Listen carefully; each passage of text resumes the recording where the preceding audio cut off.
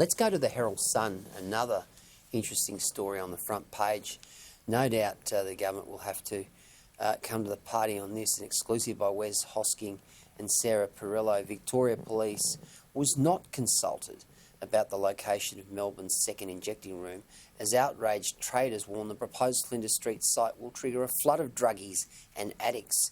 The police union has also savaged the proposed proposal, branding the consultation process underhanded and querying why the government would set up a second facility when it hadn't got the one in North Richmond right. Once again, the Andrews government under fire for these stupid decisions. And Flinders Street, one of the busiest thoroughfares in Melbourne. And, you know, it's opposite Flinders Street Station, which is, you know, one of the busiest places on one of the busiest thoroughfares. And to basically encourage drug users, drug takers, whatever, to come to this location to shoot up. I mean, no wonder there are concerns. And when the police, who basically have to deal with the consequences of this kind of thing, are saying that something is wrong, that is a voice that needs to be listened to. I mean, they know better than anyone else the result of drug use on the streets, and they know the result of drug use anywhere else for that matter. And if the police are saying that an injecting room in this location is not appropriate, you can probably bet your money it's not appropriate. When you have governments basically encouraging people to take drugs by giving them somewhere to go and take drugs, you have a problem. Why would any government want to make it easier for people to take drugs? Now, I get the argument about, oh, people are going to do it anyway, so we've got to make it safe. Well, people are going to do a lot of things anyway, right?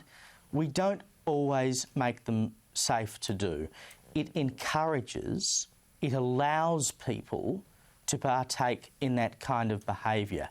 And setting up another injecting room, particularly in a location where authorities have deemed it to be dangerous, where they say it is not appropriate, is pig-headed and it is stupid.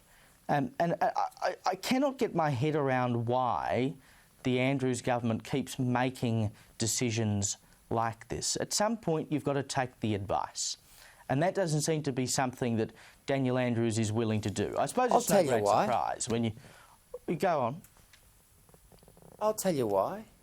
Because it's being run by the left faction of the Labor Party, who should be hived off and referred to or set up as an entity, a political entity, and be referred to as the Socialist Party.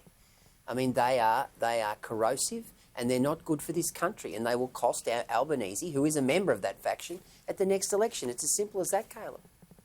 It's true. And you look at the way Andrews carried on through that 100-day lockdown that they had in Victoria, and, you know, he got up and faced the press every day at those press conferences in his North Face jacket or whatever, and he would not admit responsibility. Not once did that man get up and say, I'm sorry, we cocked it up. And that's all people wanted to hear. It is the mark of a leader to admit that you can get something wrong. And it is a quality that people like to see in a leader, that they can show some humility. Now, unfortunately, the Andrews government does not seem to want to do that at all. When they get something wrong, they dig their heels in, and that is ultimately bad for Victoria. And the real problem for Victorians, forward-thinking Victorians, is that most of them are leaving, which leaves all the red raggers there. He'll probably get back.